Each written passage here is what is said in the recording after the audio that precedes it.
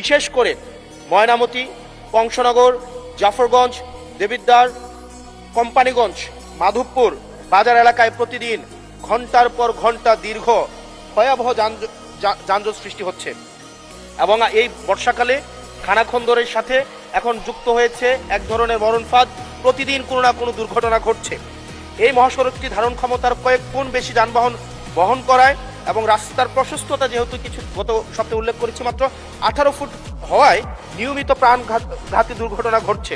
একটা রিপোর্ট দিয়ে রাখি, গত এক বছরে 100-রও বেশি মানুষ এই রাস্তায় দুর্ঘটনায় মারা গিয়েছে। মাননীয় স্পিকার, দক্ষিণ পূর্ব এশিয়ার 5টি দেশের সঙ্গে উপ আঞ্চলিক সংযোগের এই গুরুত্বপূর্ণ রুটটি বর্তমানে চরম জনদুর্ভোগের কারণ হয়ে দাঁড়িয়েছে।